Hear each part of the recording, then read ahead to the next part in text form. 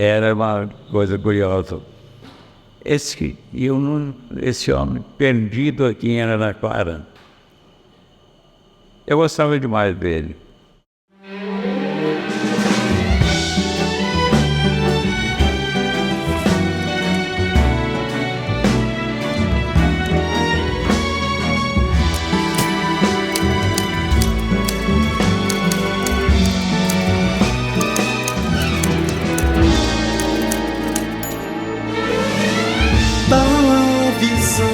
Ao insight, lixos, luxos, looks, 3Ds em HDs, sintonia que rasga o tempo e espaço, sincronia divina dos ciclos em constelação e laços indizíveis astros, rebeldia antagônica que adensa. E aqui estamos nesta urbis paulus, poderes do Espírito.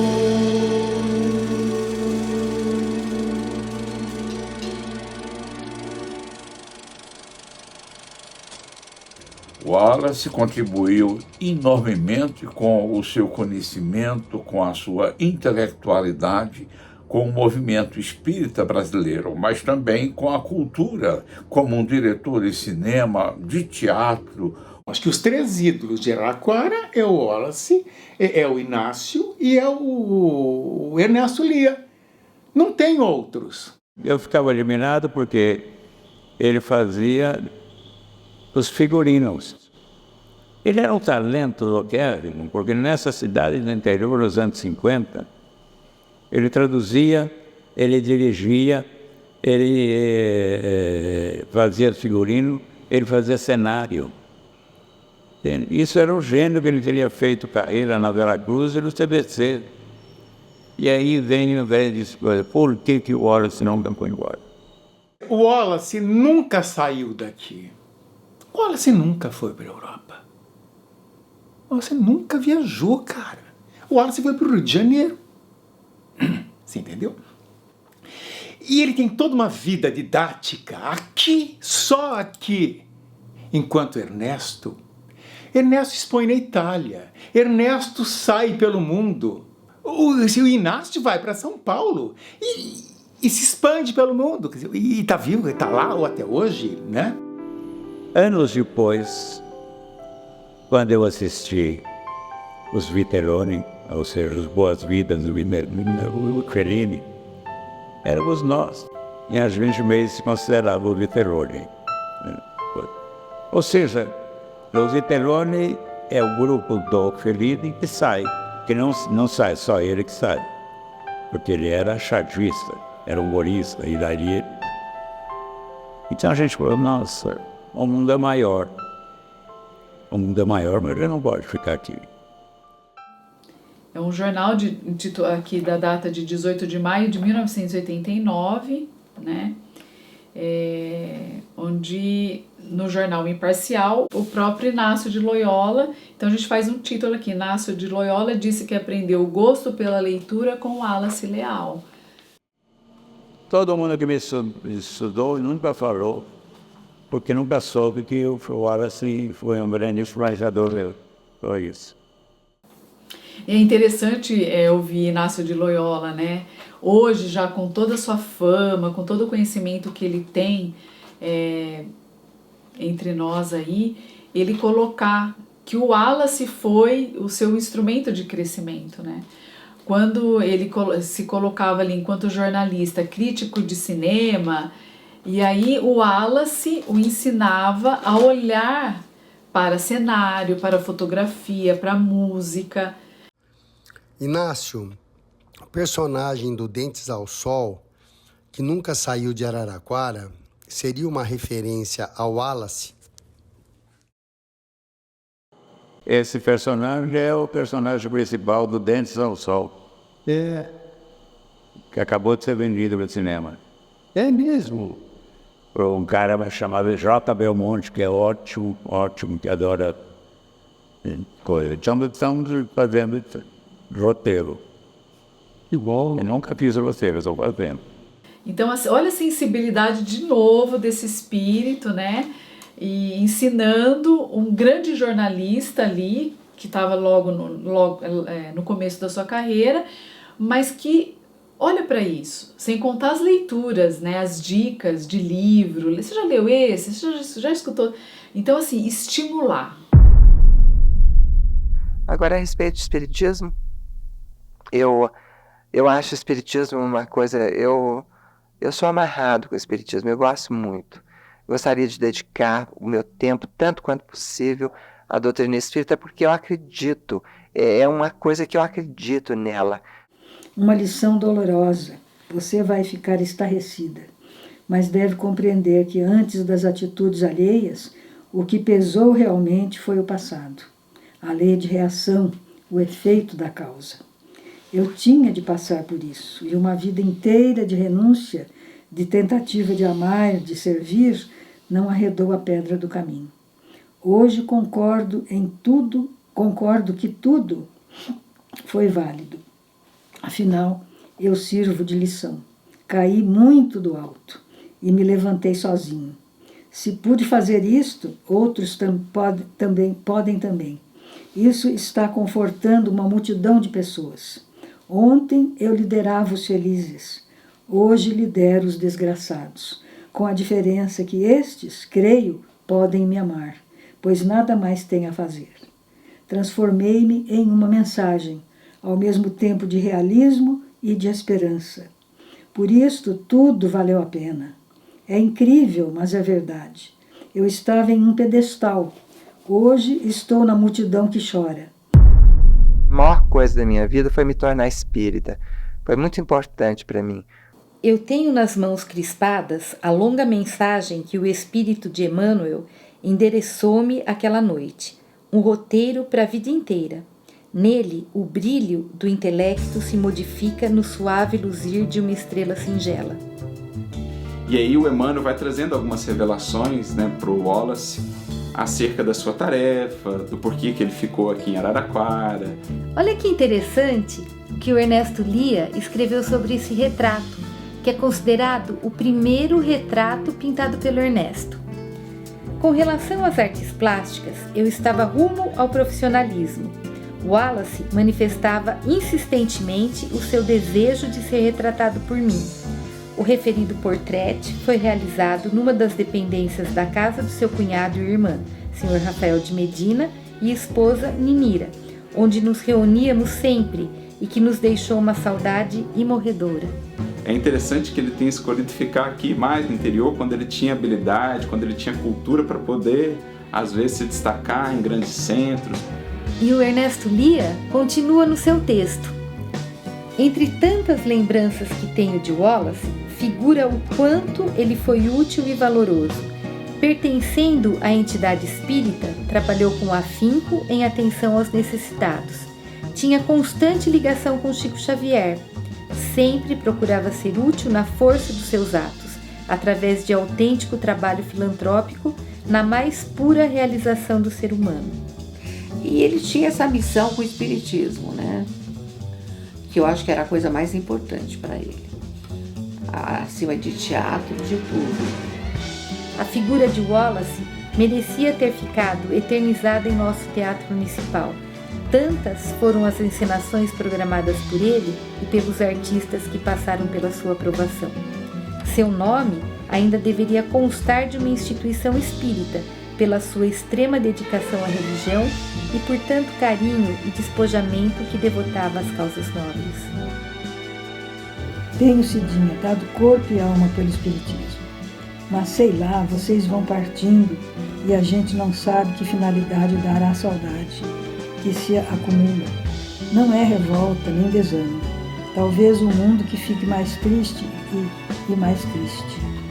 Olhe a pilha de livros que preciso traduzir e penso. E eu, até onde irei?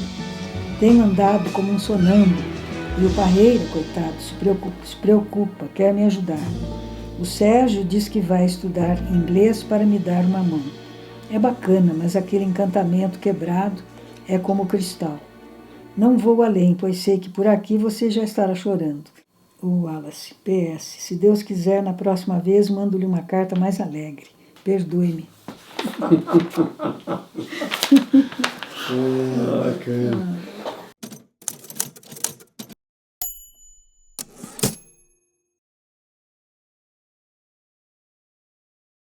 Em 1950, Pietro Baldi, um grande escritor e sensitivo italiano, esteve no Brasil proferindo palestras no país inteiro. E a convite da Obreiros do Bem, aqui de Araraquara, ele veio fazer uma palestra aqui também. Nessa época, o Wallace era um jovem que fazia parte da Mocidade Espírita e não conhecia ainda Clóvis Tavares, que foi a pessoa que trouxe Pietro Baldi para cá. Ele se correspondia com o Clóvis Tavares, mas não o conhecia pessoalmente. A viagem que ele fez em 1951 com o professor Ubaldi pela costa brasileira toda, né? Desde de Porto Alegre até São Luís, então visitando várias cidades. Em São Paulo foram várias cidades, né? Inclusive em Araraquara, com a presença do nosso caro Wallace, né? Romanelli, Wallace, Clóvis recepcionaram Pietro Baldi. Essa história, ela tem um simbolismo que daqui a muito tempo nós vamos entender, inclusive os espiritistas. O Clóvis Tavares era um grande amigo de Chico Xavier.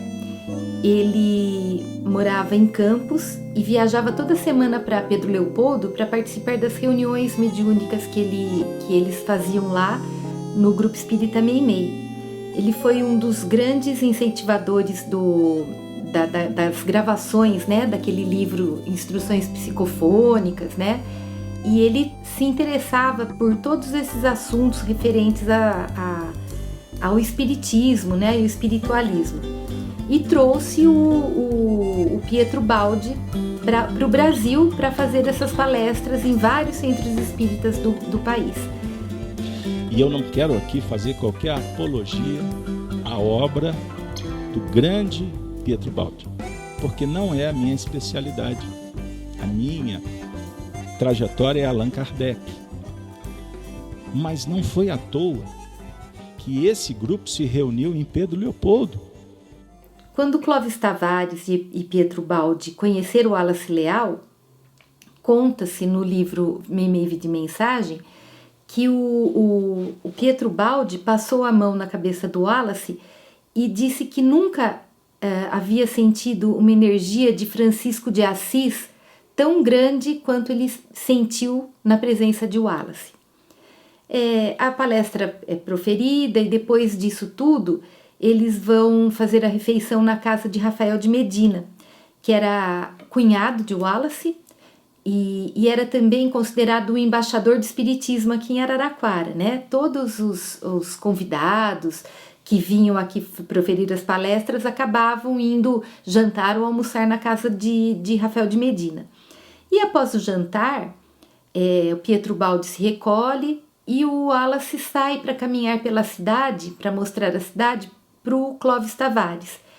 E nessa caminhada, ele conta para o Clóvis Tavares um fato que para ele é como se fosse uma recordação dele, né?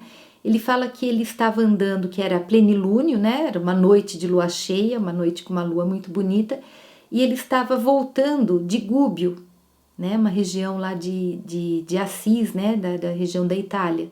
Papai era o tradutor simultâneo, né?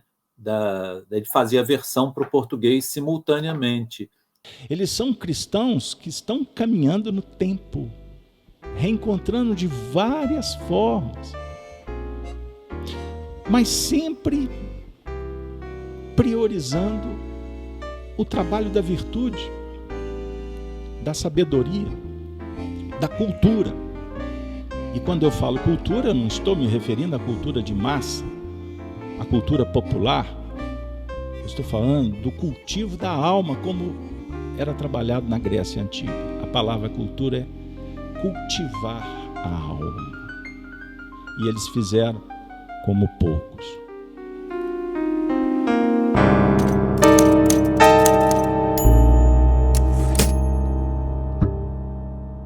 personagem do livro 50 anos depois, aquela família toda.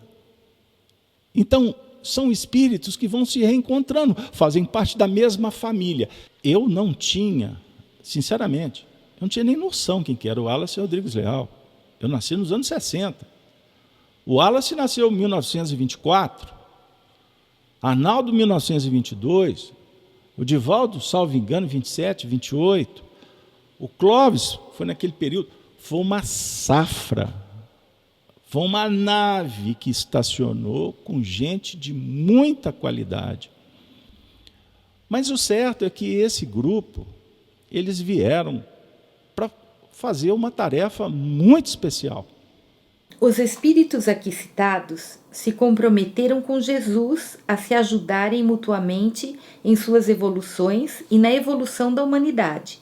Eles formam uma família espiritual, uma falange, na qual a tarefa é em grupo, não é individual. Sustentam um projeto de construção da divulgação da doutrina.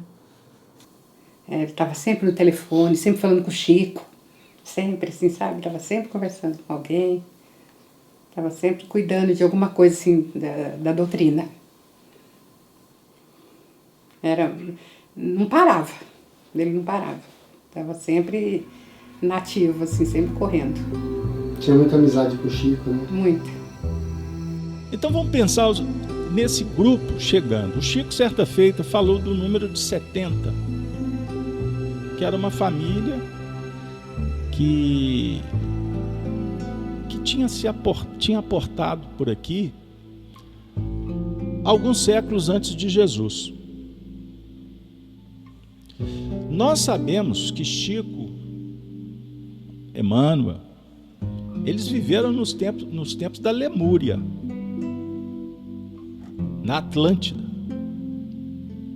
Certo? Para vocês terem uma ideia, o Arnaldo nos contou que das memórias do Chico, o que foi possível recuar, salvo engano, foi em torno de 5.000 anos. Ele não deu conta de mais. Num período que eles viveram na Índia, lá nas tradições, imagine, 5.000 anos atrás. Então não importa quando eles chegaram, mas eles chegaram sob o símbolo da cruz. Vieram algumas pessoas com ele e aí eles conversaram bastante, aí sentou-se lá na mesa da sala, na mesa de jantar, e aí psicografou lá. E aí vieram assim, mais os conhecidos, os amigos.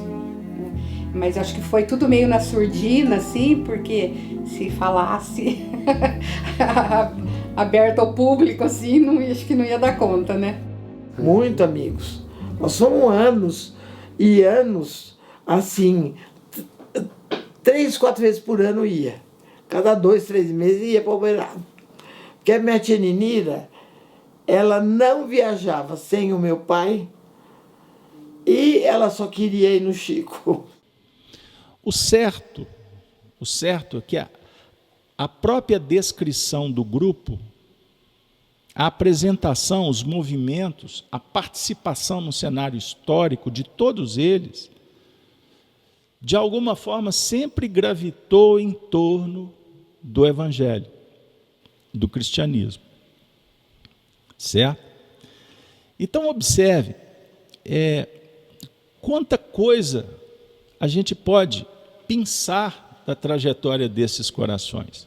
O que sua mãe tinha? Teve um esgotamento nervoso, sabe? Por crise de pânico, tudo.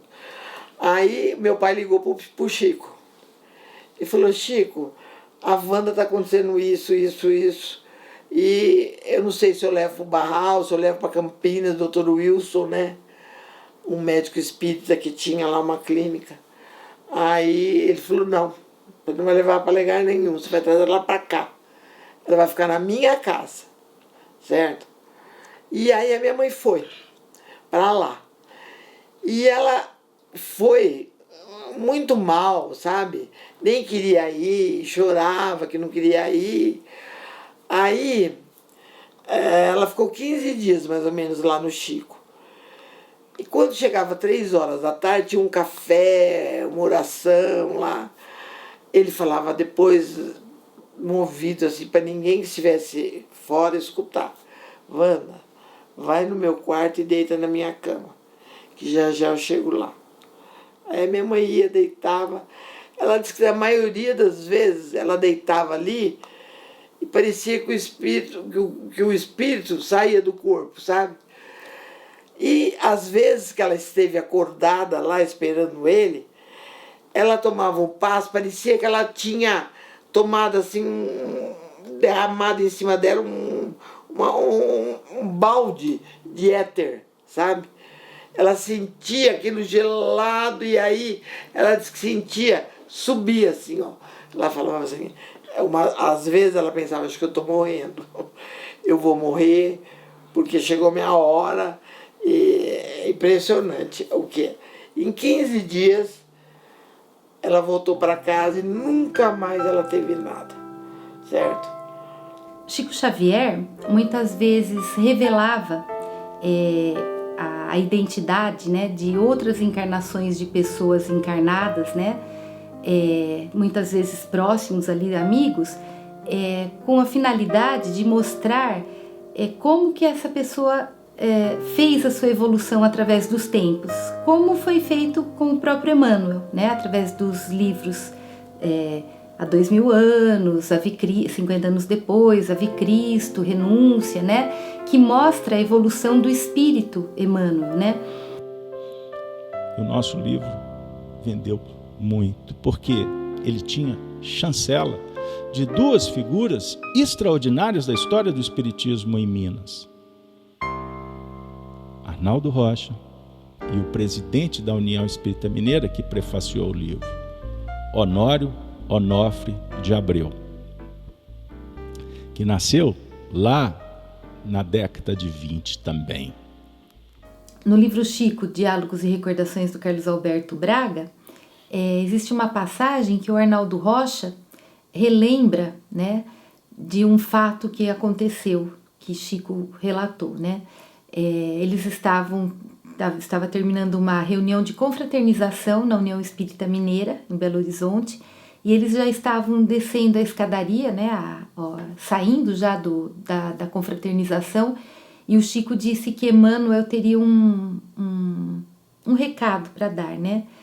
E nesse recado ele fala que no século X houve uma reunião, né, nas esferas superiores para decidir o que ia acontecer com o mundo, os rumos da humanidade, né? E vários espíritos ali de escola, como Teresa d'Ávila, se puseram à disposição.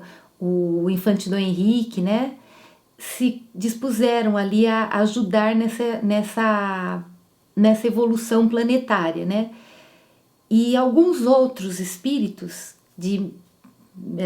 menos evoluídos, né, também se dispuseram a ajudar nesse alavancamento da humanidade, né? Médium é um problema, porque você não sabe quando você está lembrando ou quando você está vendo. E eu fui, na minha retina psíquica, foram passando fotos. Eu falei assim, gente, que filme é esse? Os Amigos para Sempre. Então Chico usava também esse artifício, muitas vezes ali com os amigos, para mostrar a evolução que eles estariam tendo, que aquele grupo estaria tendo, né? E quem anotava muito tudo isso nessa época, que participava das reuniões, onde Chico muitas vezes revelava tudo isso, era o Clóvis Tavares. Quinto Varro, prestem atenção, o pai de Tassiano Varro, do livro Ave Cristo, ficou conhecido na história como Frei Pedro de Alcântara, que, por sinal, ele era o pai de uma personagem de um romance que foi escrito por Wallace, mas é o pai da personagem Gala, a cristã, a personagem principal do romance Esquina de Pedra.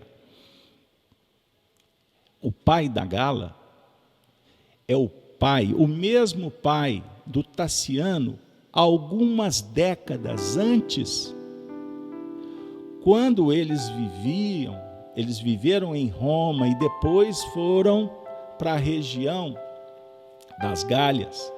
Carlos Alberto, no seu livro, você cita vários personagens do livro Ave Cristo, que seriam as personalidades de Arnaldo Rocha, Chico Xavier, Meimei, Emmanuel, Bezerra de Menezes, Wallace Leal, Honório Abreu, Eurípides Barçanufo e outros.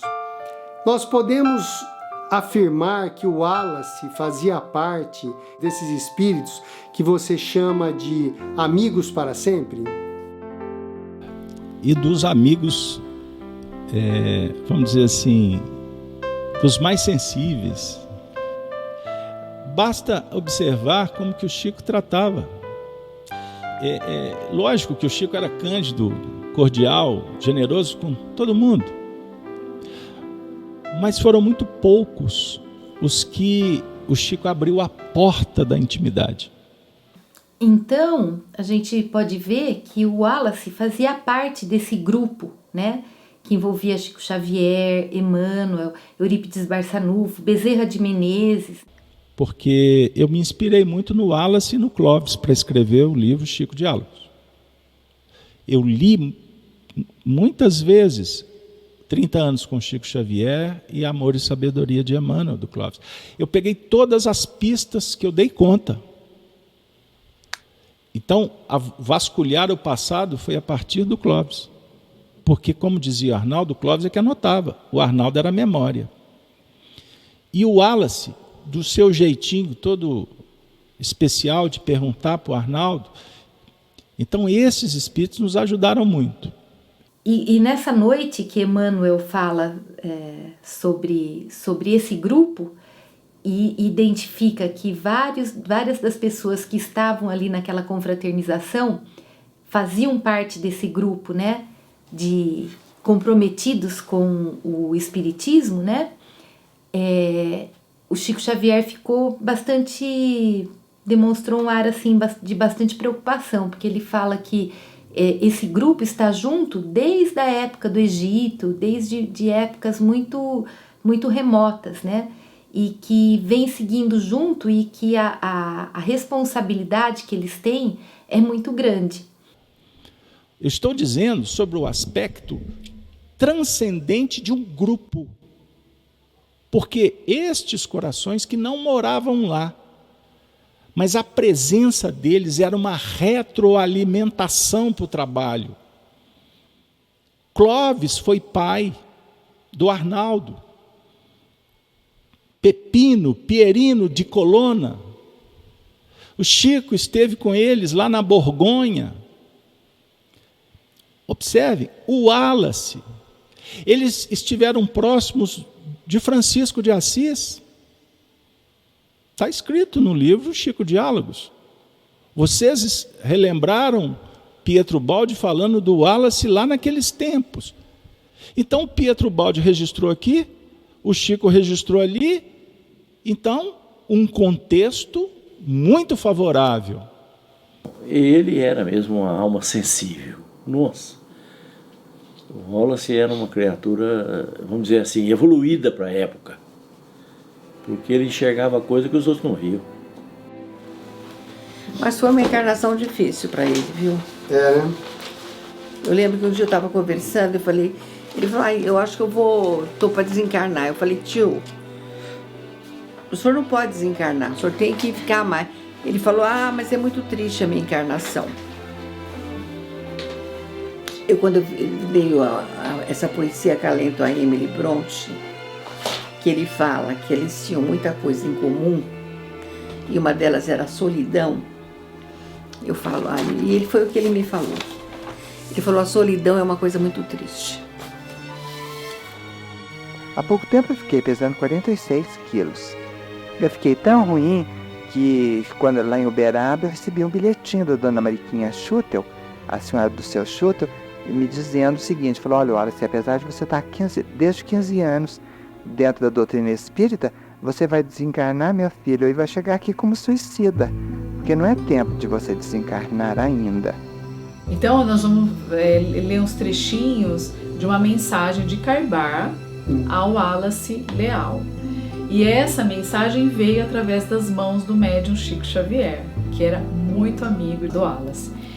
A desencarnação em si vale pouco, de vez que prossigamos algemados espiritualmente aos compromissos que nos honorificam a alma à frente do Cristo, com a necessidade de solver os débitos que nós mesmos esposamos na contabilidade da vida.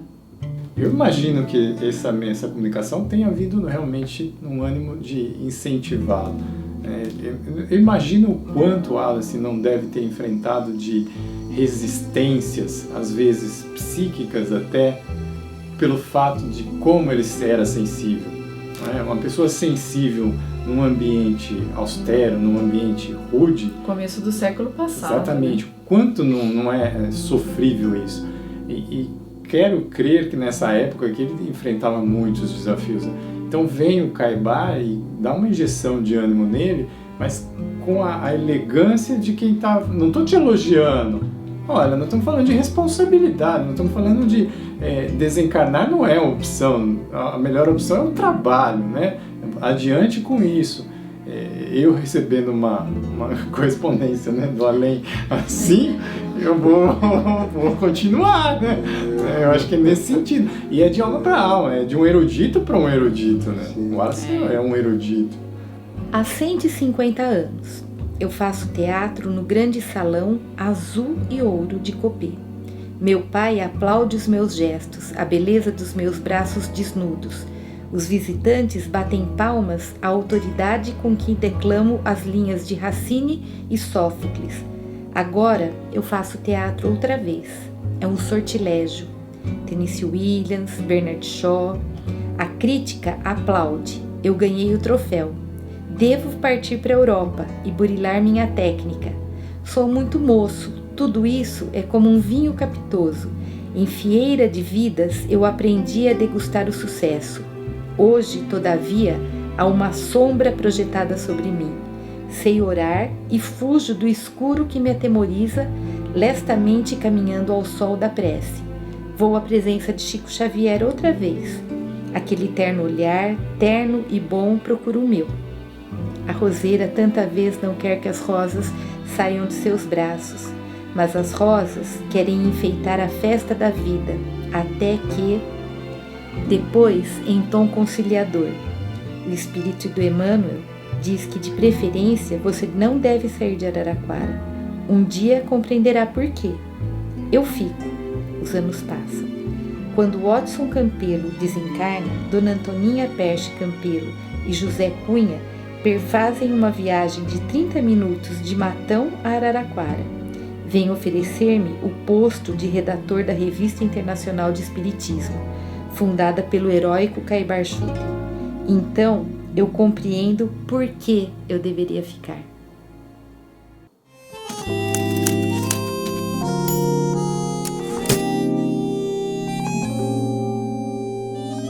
Ele às vezes me chamava assim, o que você acha aqui? Eu não muda aqui. Eu muda.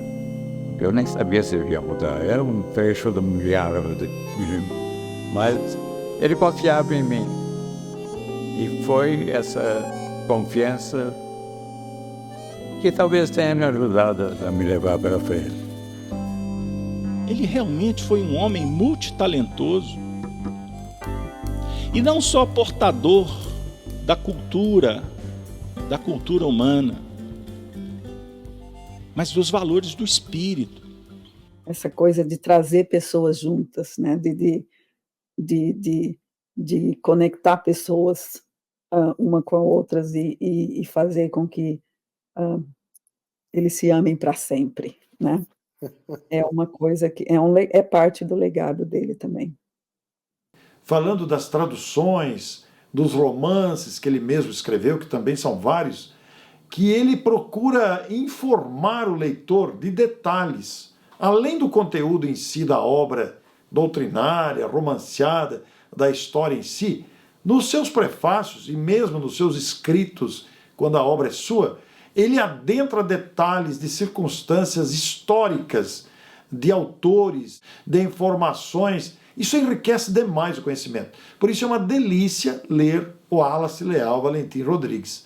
Em uma homenagem ao Wallace Rodrigues Leal, o nosso notável trabalhador, o Wallace, que veio substituir Caio Bachutelo em Matão. O Wallace, que escreveu Esquina de Pedra. Então, a nosso ver, a grande pérola, o grande contributo de Wallace Leal para o movimento espírita traduz-se nessa obra que vem a compor aí, juntamente com os romances de Emmanuel, algumas das obras mais preciosas para aqueles que anseiam por sentir, por conhecer, por entender o que foi o cristianismo nos seus tempos mais luminosos. Então ela entra nesse panteão das obras que tratam do cristianismo primitivo com excelência, com muita inspiração, com muita beleza. Então, talvez essa diferença não aconteceu na vida dele, mas ele fez essa diferença na vida de outras pessoas, né? Tem esse legado dele. E ele era aquela figura frágil, quase feminina, e que tinha um domínio sobre nós todos. Isso era muito curioso. Ele impunha, a gente admirava, a gente respeitava, e era uma pessoa muito sofisticada ao mesmo tempo. Porque eu admirava porque ele traduzia do inglês, do francês, do italiano e do espanhol. Então, isso também é um legado do Wallace, né? De uma certa maneira. A minha família, minha esposa, com 2 filhos, tem uma vida normal que ele não pôde ter, mas que ele disse que eu poderia ter e que me fez acreditar que eu podia ter, né? Esse também é um legado legal dele. Eu devo muito ao Wallace. Devo muito a outros também, mas ele um dia me falou, vem cá, entra nesse caminho. No dia que eu faço a crítica, no dia que ele me corrigia a crítica, no dia que ele me deu o roteiro, no dia que ele me deu livros e livros, tinha que eu vi muito mais pessoas, mas muitas pessoas já foram embora. A gente devia ter feito isso antes. Mas quem sabe, através dos textos, e parece que deve ter outros textos, a gente possa fazer algo e recuperar. Tanto o gênio foi recuperado, morto.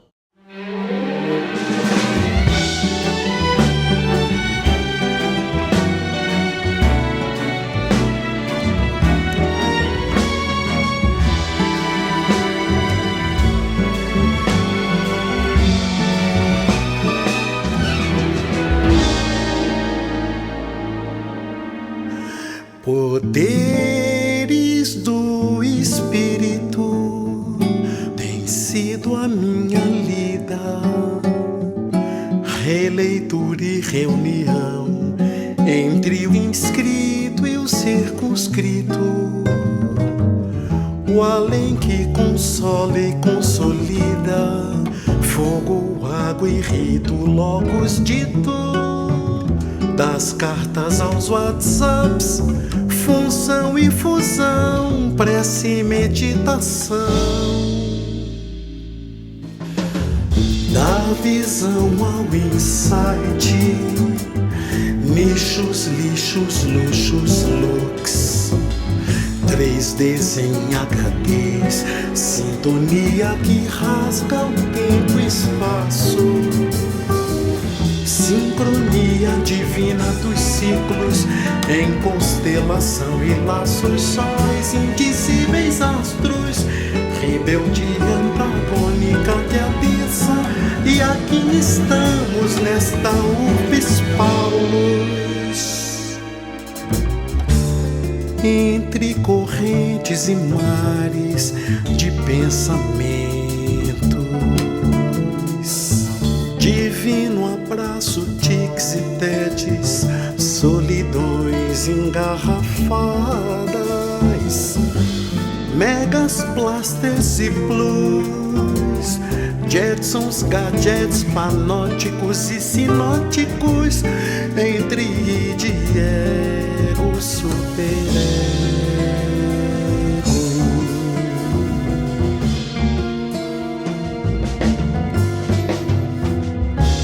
Quanto grego não só, mas guaranis africanos, italianos, japoneses, armênios e bahias, rolezinhos e parklets, astúcias e primícias, fluxos, empatias, tudo junto. Ave Paulus,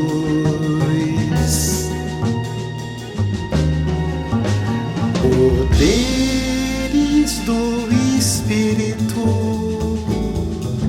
Ai, ai,